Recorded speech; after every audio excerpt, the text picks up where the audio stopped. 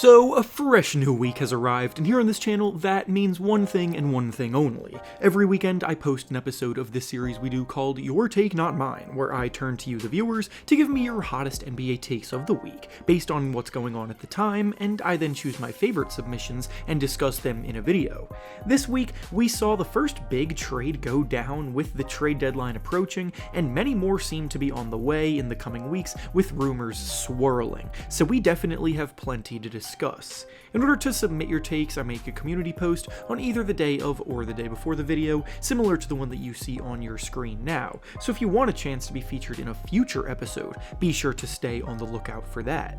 Before we start though, I want to thank PrizePicks for sponsoring today's video. PrizePicks is a skill-based, real-money daily fantasy sports game where you select 2 to 6 players and guess if they will hit more or less than their projection, and if you get it right, you can win up to 25 times your original entry. Obviously, we're all basketball fans here, but PrizePicks has almost every sport you can think of available to choose from and play. To add to the fun, they also offer frequent bonuses, discounts, and weekly promotions, such as Taco Tuesday and Flex Friday, plus so many more specialty free spaces to watch for throughout the year, so you don't want to miss those. I personally will be playing Jamal Murray to score under 24.5 points, Alperen Şengün to score under 24.5 points as well, and Anthony Simons to make over 3.5 threes for tonight's slate of games. To sign up, go down to the link in the description and use promo code REFERENCE when you sign up to get a deposit match bonus of up to $100. Once again, thank you to PrizePicks for sponsoring today's video. Now let's get back to the topic at hand. The first take we'll be discussing today comes to us from Issy, and they say that the addition of Pascal Siakam is going to throw off the momentum of this Pacers team. So this week we saw the first big domino fall on the trade market, with the trade deadline looming just a few short weeks away.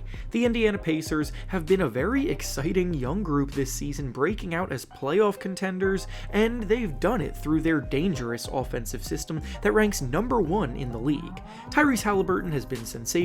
The cast around him loves to push the pace in transition and fire up quick shots, and in general, they generate a ton of quality looks relatively easily. I'll say that I understand the sentiment of this kind of take because there are plenty of examples of teams pushing all of their chips in by trading for a star, only for that star to clash with what worked for that team prior to the deal, and it ends up not being worth it. DeJounte Murray. But I just don't believe that this is an example of that at all. The Pacers gave up Bruce Brown, Jordan Nwora, and 3 first-round picks for Pascal Siakam to get this deal done, which I'll admit feels like a hefty price to pay. Pascal Siakam is not only on an expiring contract right now, set to hit free agency this summer, but he's also been vocal about testing the waters in free agency, so there is a chance he could leave after this season. If that happens, then obviously this was a complete disaster of a trade, but from my point of view, it really seems as though Siakam is going to be there for the long run and signed a contract extension, and I don't think the Pacers would have done this deal if they didn't have some level of reassurance of that. From a basketball perspective, Siakam literally could not possibly be a better fit into both how the Pacers play offensively and where they needed help defensively. Siakam is a versatile defensive talent that can slot in very nicely alongside Miles Turner in the front court, and offensively, he's a power forward that actually plays his best when the game speeds up, because he's a quick player with the ball in his hands who can grab a rebound and immediately run the break, which is great alongside a playmaker like Haliburton as well. He can handle some of the playmaking and shot creation duties to alleviate Tyrese Haliburton. He's an upgrade defensively, which is much needed with this Pacers team currently being in the bottom 5 on that end, and even though I'm not ready to call this team a championship contender yet, it's definitely a step in the right direction. The next take we'll be discussing today comes to us from Ryan, and he says that the Minnesota Timberwolves are still pretenders despite sitting atop the Western Conference because their lackluster offense will ultimately hold them back. That was the gist of his take, but I'll start off by saying that Ryan got a few of those numbers that he included wrong. The Timberwolves' success is obviously driven by their #1 ranked defense, that much is true, but the offense isn't quite bottom 10 in the league like he suggests, it's ranked 19th, which is barely clearing that barrier. While you could look at that as a silver lining, it's still not great. Comparing them to all of the other teams currently in a playoff position in the standings, the Wolves have the second worst offense, ranked only ahead of the Miami Heat in that regard.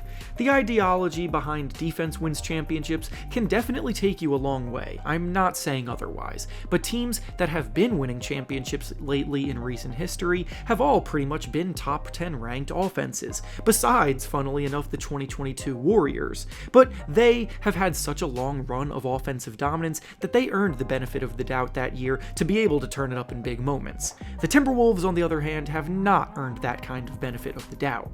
Anthony Edwards is a sensational young talent emerging as a legitimate superstar in the making, and is honestly a big reason for why I wouldn't count them out of any series, because you need someone that you can trust to have the ball in their hands and just go get a bucket down the stretch of a playoff game. Ant can definitely be that guy, but in general, their offensive firepower is not on the same level of other Western Conference contenders. The Clippers are hitting their stride, and as long as they're healthy, it's going to be really difficult to stack up with the likes of Kawhi Leonard, Paul George, and James Harden. The Suns are finally healthy and starting to turn things around with their star-studded trio of Kevin Durant, Devin Booker, and Bradley Beal. The Thunder have maybe the best scoring guard in the league right now in Shai Gilgeous-Alexander, along with a group of emerging young talent that can D-up as well as anybody, and the Nuggets are obviously still the team to beat in the Western Conference as reigning champions. So having the 1 seed would definitely help Minnesota, but it does kind of still feel like an uphill climb. And finally, the last take we'll be discussing today comes to us from Mango, and he says that the Miami Heat are one DeJounte Murray or Terry Rozier away from a championship. As I said in the last segment, the Miami Heat have the worst ranked offense currently out of all of the teams currently sitting in a playoff spot in the standings. While this is a group that is notorious for kind of skating by in the regular season, especially Jimmy Butler, before turning things up when the lights get bright, they still don't quite look like a group that can get over the hump and are in desperate need of an injection of offense to the team. What I'm struggling with, though, is how they're going to accomplish that. The Heat have started to pop up in rumors lately, apparently showing interest in players like the ones named in the original take here, but whether they have enough to land those guys in a trade is another story. Tyler Hero shouldn't be on the table for a trade of this caliber, and the Heat would also be foolish to offer rookie Jaime Jaquez in any trade offer with how good he has looked all season. So without them, they really don't have much value that's expendable. Kyle Lowry is a negative asset at this point, Caleb Martin isn't moving the needle enough in a trade like this, and Duncan Robinson's contract is not something that other teams will want on their books. So while I do agree that if the Heat were to add one of those players, it wouldn't be massive for them, I'm not quite sure they have the ammunition to pull it off realistically. And with that being said, that's all I have for you today. Make sure to like the video, subscribe to the channel, and comment down below what you think about the takes discussed. Thanks for watching, and I'll see you all next time.